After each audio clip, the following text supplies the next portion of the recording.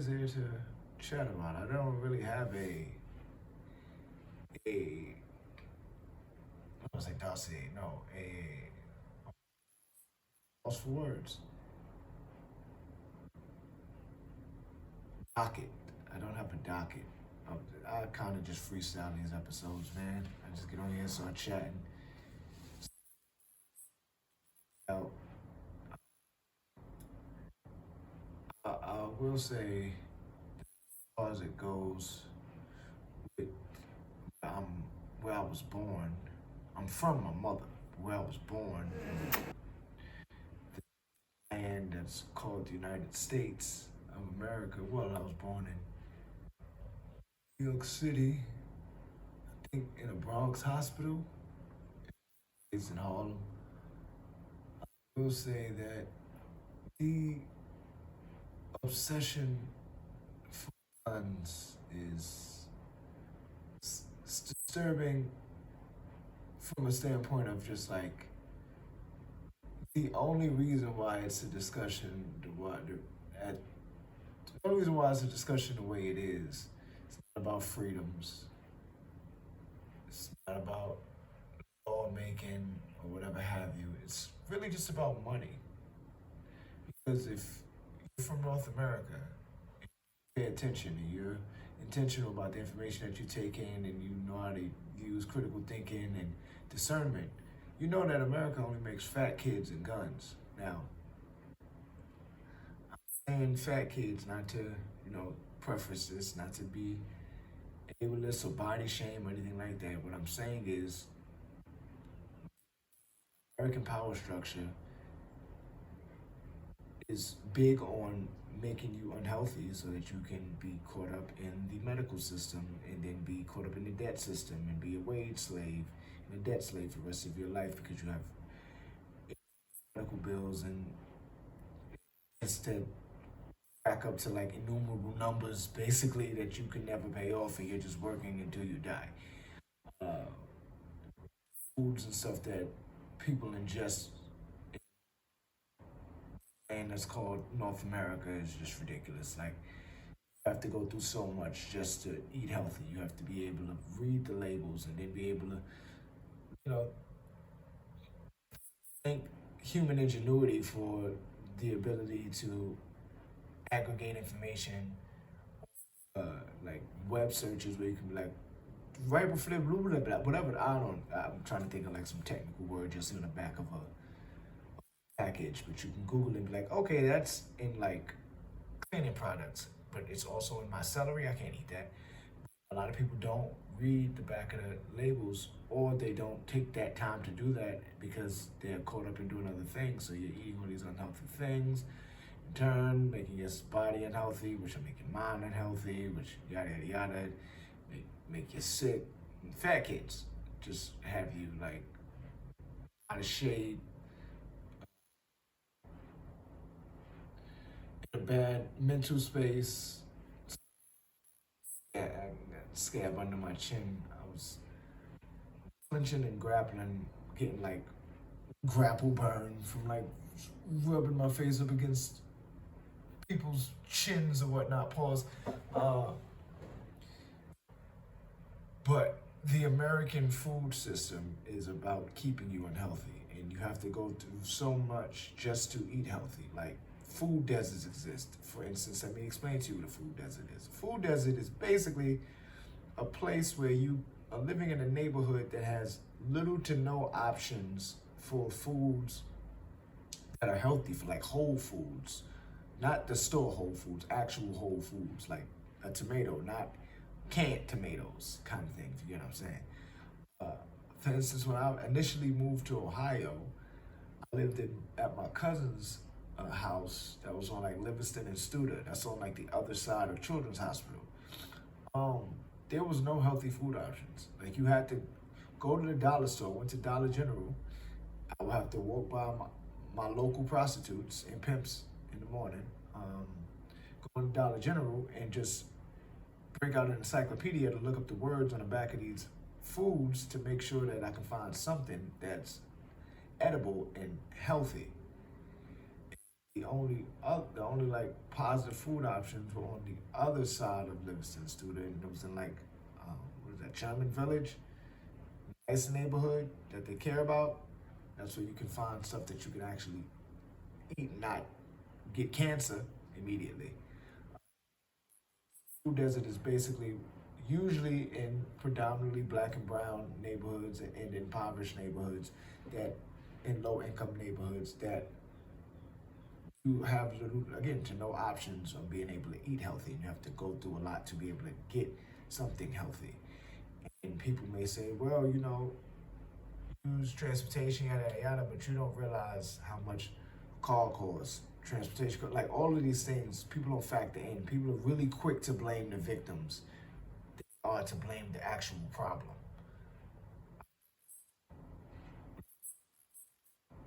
So yeah, as far as the food desert, so there's a lot of places that are food deserts. There's a lot of people that aren't educated in foods or in health because either one, they don't have anybody that would put them onto that, or they two, they don't even, that thought hasn't really crossed their mind in such a way that they want to act on it, and three, because there's no push for that as a nation as far as in the West. So yeah, we make this vicious loop and vicious cycle, and in a lot of these food deserts, you'll have a lot of fast food, and people are like, oh, how are these fast food places getting there? It's because the property value is cheap, so they can prop up a bunch of McDonald's and KFCs and stuff. I remember when I lived in Harlem, back you know back in New York, I used to say I lived on the black man's timeline. There was a liquor store right next to a Popeye's chicken, across the street from school that was right next to a funeral home. Now the school came actually a few years later before, but those three things were there before that.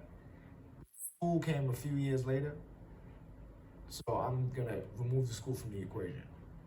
But basically, liquor store, you go get drunk, get you some chicken,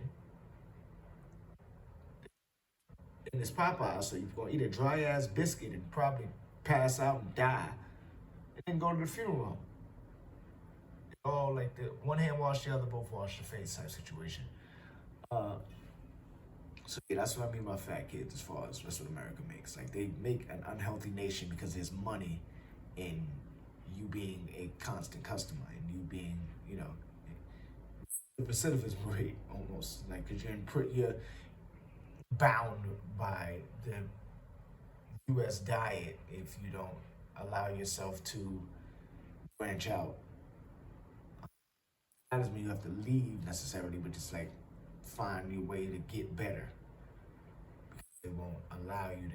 They won't create a space for you to get better without having to again jump through hoops.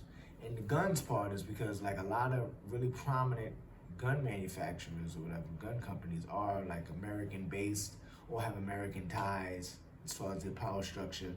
And when you think about the how big the U.S. military is and how many, I think they're stationed in like over like 170 something countries, and there's like 196 countries in the world, and that sounds like a superpower to me. It also kind of sounds like imperialism, but you have that, you have like paramilitary things, you have like other nations that need guns that the American power structure sells guns to.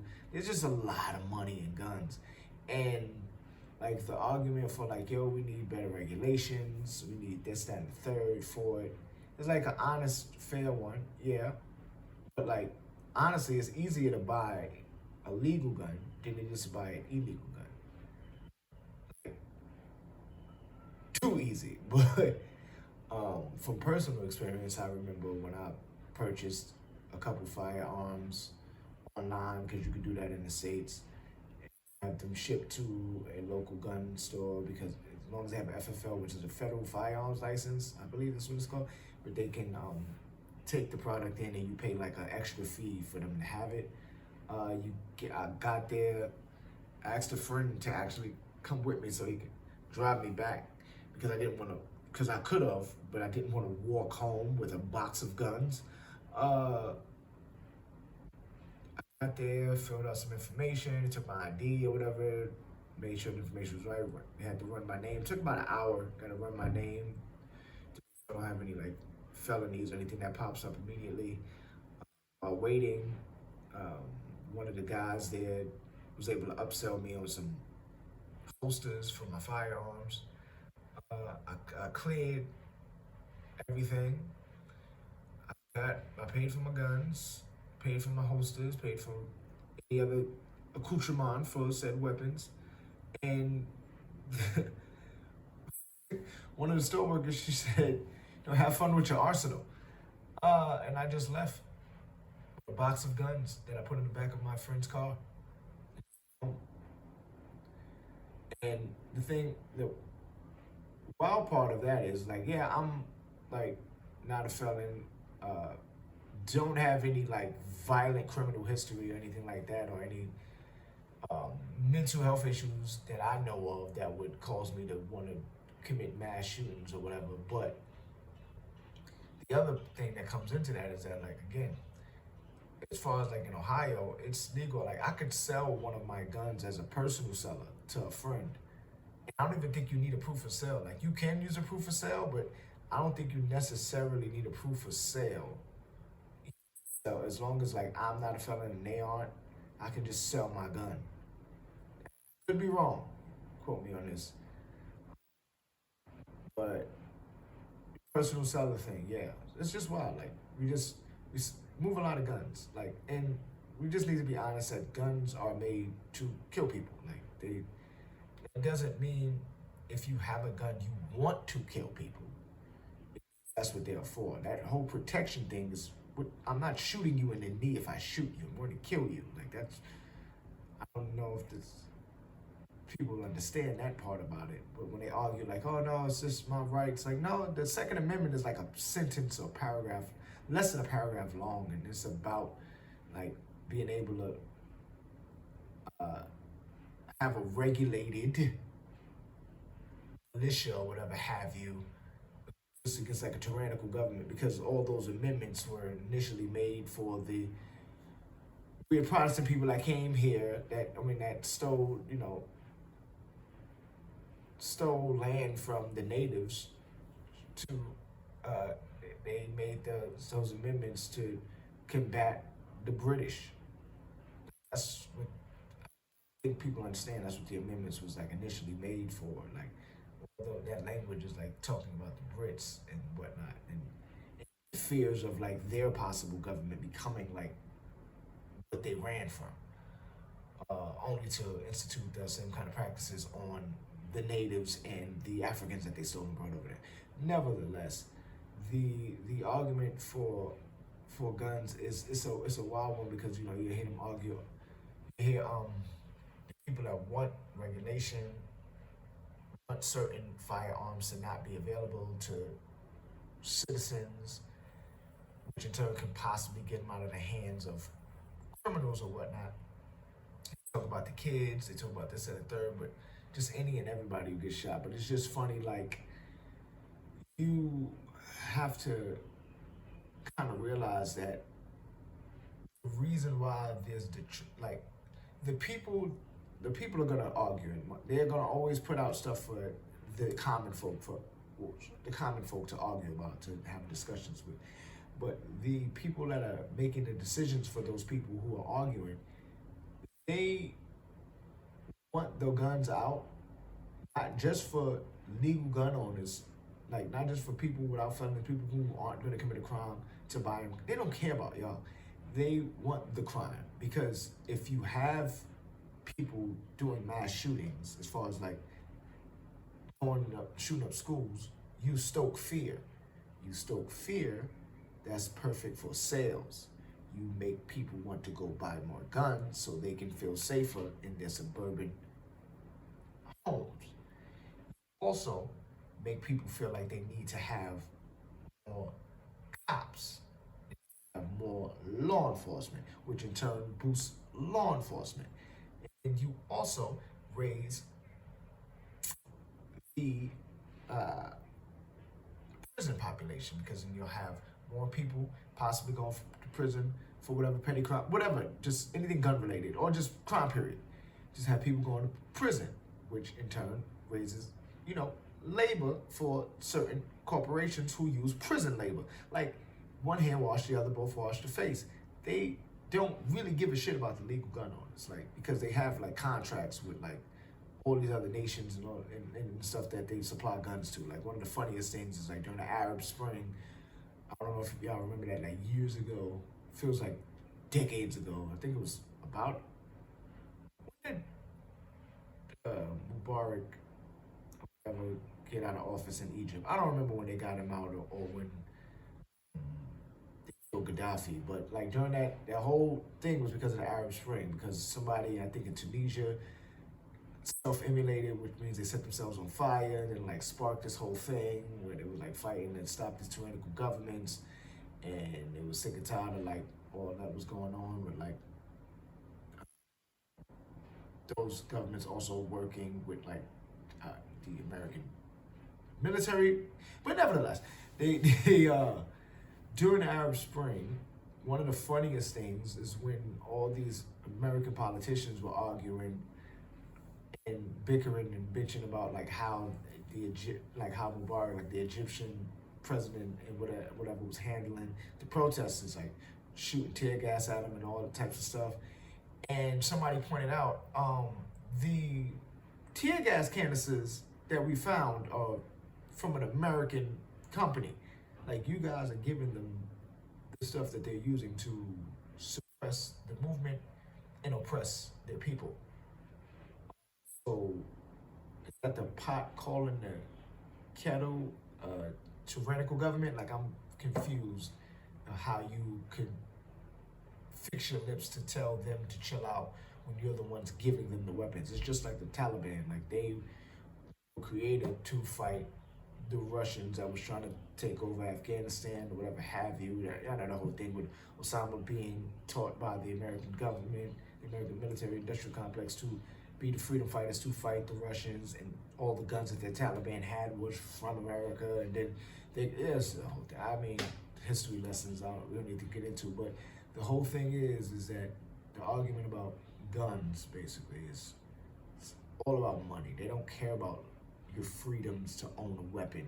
They could care less. They just want to make sure they keep making money, because you'll get legal gun owners to buy guns. You'll get people who are going to buy the guns off the legal gun owners who will possibly commit a crime to possibly go to prison, or you'll get more cops. You'll get more people. Like it all works. One hand wash the other, both wash their face, and a lot of people are wiping their eyes because they're losing family members and friends every day behind these shootings. It was also wild that I thought about too, is that the technical definition of a mass shooting is like if 2 to 3 people are shot at one time from like one gunman or whatever have you. So um, technically, I've been a part of a few mass shootings growing up in New York and a lot of cookouts. That's really, really wild to think about. I mean, I'm gonna close out with this. I'll never forget one of one of the last times that I was a part of like a multiple shooting event. It was during the Harlem Day Parade. Shout out to Harlem. That parade is fire. It's called the African Day Parade, but it goes through Harlem, so we call it the Harlem Day Parade. That parade used to be fire. Everybody would come out, all the crews or whatnot, walking, trying to get chicks, just hanging out with your friends. It's a great time. One time though, I went out. As soon as I walked out my door, there was somebody fighting somebody over something. Like, okay, that's probably an omen, but didn't think nothing of it because I was a teenage boy. Walking with my friends, having conversations, chilling. While walking down 25th Street, kid has a drawstring bag, drops his drawstring bag, backs out a pistol, pause. I'm like, okay, so that's one. Well, two, as far as gun. Then walk to like Huntiff, like get like around where Kingdom is at or whatever. Um, something goes down or something like that, and another person. Matter of fact, that was actually a different shooting. The Kingdom thing was different. First, as far as Harlem Day Parade, was dudes fighting as soon as I walked out the door. And again, it's not a parade of violence. These people just happen to be at this parade being violent. So dudes fighting. I'm like, didn't really pay attention to it. What about my business? Walk in, some kid pulls out, pause, and out of his drawstring book bag. I'm like, all right, whatever. Then, with my homies, still chilling, still relatively cool day. I think there was another shooting, possibly, or almost. No, actually, it wasn't. It was actually pretty chill. The one that from the drawstring bag was the wild one. Then I get to Burger King and I'm hanging with my friend and one of his friends, and we talking or whatever, eating Burger King as one would do inside of Burger King. And there was these dudes outside of Burger King who were arguing, and Burger King only had one entry and one exit. Maybe there was a back door if you go through, hop the register, go that way. But I mean, there was one exit that we could see. Dudes are arguing. It gets elevated. Somebody backs out again. Pause. I'm like, okay. If I'm gonna get shot, I mean, actually, before the Burger King, this is why I was so dejected and just like so basically stoic and not even just absent of emotion at that point. Actually, before the Burger King, I was hanging out with my friends in front of Champs before we went to Burger King, and some dude was pissy drunk, arguing with somebody, and he backs out, pause, this like old Western pistol, because a lot of people who tend to buy dirty guns get revolvers because they don't leave shell casings or whatever. I think that's it. Yeah, revolvers don't leave evidence. That's your criminal tip for the day.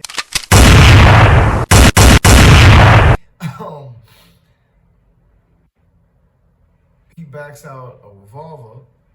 Luckily, this is the first time I'll ever be happy to see cops. Two DTs tackle his ass as soon as he pulls the weapon. Boom, that's done. All right, so then we go to Burger King, chilling in Burger King, eating in Burger King or whatever, having a conversation. Dudes outside arguing. Some dude is just like, whatever, pulls out gun.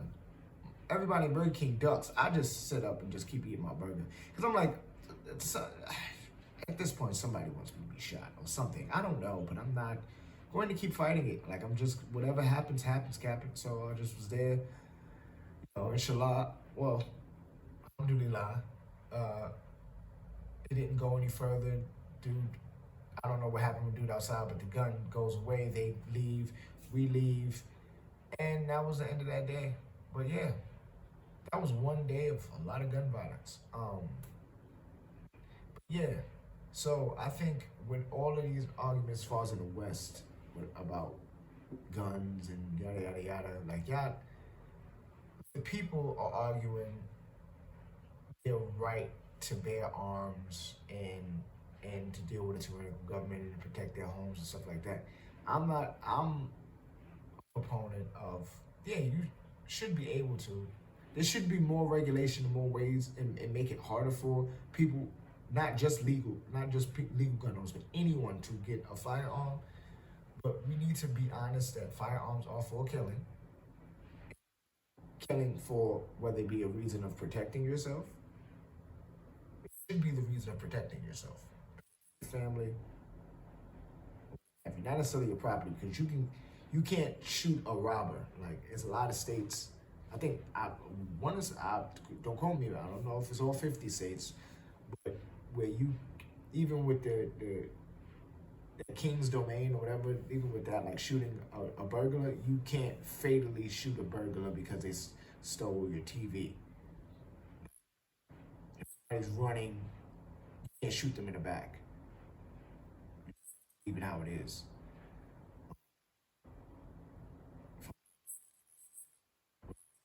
King's Castle, King's something. I forgot what the law is, but you can shoot somebody who breaks into your home. Yeah, but if they're stealing something and they run out, you can't just like chase him down and shoot him in the back. Nevertheless, that's what guns are for. We need to just be honest with that.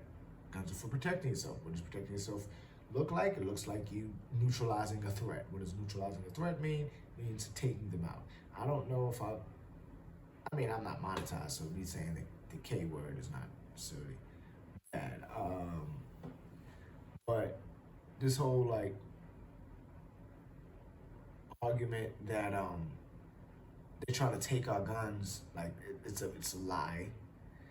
I remember when they were saying that during the Obama administration. They just were saying everything because he was a black dude that was representing power structure, and races couldn't just like have that. It just didn't make sense.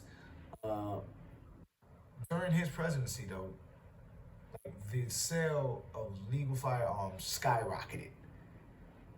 They kept saying they were trying to take the guns, and he was also a part of like the Fast and Furious debacle. That Fast and Furious debacle was something that George Bush is also a part of. It's where they basically gave guns to Mexican cartel guys, and they tried to track those guns using the ATF, what is that, alcohol, tobacco, and firearms.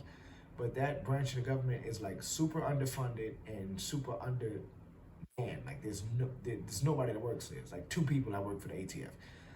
And it went horribly wrong. They found no guns. A lot of people died. A lot of coke was moved. So yeah, we just need to be honest with these discussions about, because really people are arguing emotions. They just feel like somebody's trying to take something from them. Because even the argument like, yeah, what if the government jumps bad? I mean, the government's been jumping bad. Like the power structure's been doing what they want to. And even if you have even have a million guns, you're not gonna be able to beat them if they wanted to. They use drones, bro. Like, that's one thing Obeezy was good for. Droned a lot. They use drones, bro. They don't care about your guns. Dude, I don't know if you remember that guy that was in, I think, Arizona, who had he had like a fortress, like a guns. He had like a buggy with like a flamethrower on it. And he had a show, I think that came on Discovery, but it ended up getting like canceled because he killed his wife with a rocket by mistake. Yeah, so the gun problem in America is because of the gun problem globally, and because of the money problem. It all comes down to capitalism. They just want money because if you stoke fears, legal gun owners are going to buy guns. Criminals or whatever are going to get guns because it's going to be either legal gun owners who unknowingly sell it to somebody who's doing something wrong, or somebody steals something, whatever have you. But again, it's harder to get a legal gun than it is to get a legal gun. But as far as like how they're stored and stuff like that, and all this other stuff, like when they talk about mental health, like they don't care about mental health. If this power structure cared about mental health, therapy would be free. And if you want to still play on the capital kind of situation, it would be affordable, to say the least. And insurances would actually want to cover you. Like, they don't care, bro. If you have more people who are mentally disturbed, again, you stoke fears, you make people buy more guns. People react out of emotion and not out of logic. So please do yourself a favor and pay attention. It's hard out here for a pimp. When you're trying to get the money for the rent. Oh yeah, this episode I didn't even use any soundboard stuff. Hold on. But I'm closing out. I'm about to open up this soundboard. Shout out to the soundboard. And on the soundboard, yes I can.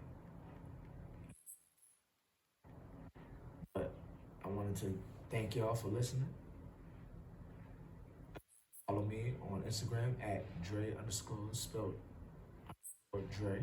And you can listen to this on the podcast app and Spotify. Content. Pause. I'll holla. Peace. This is the last stop on this train. Everyone, please leave the train. Thank you for riding with MTA New York City Transit. I just love that sound. I don't even know if you can hear that in the video, but on the audio, you'll definitely hear it.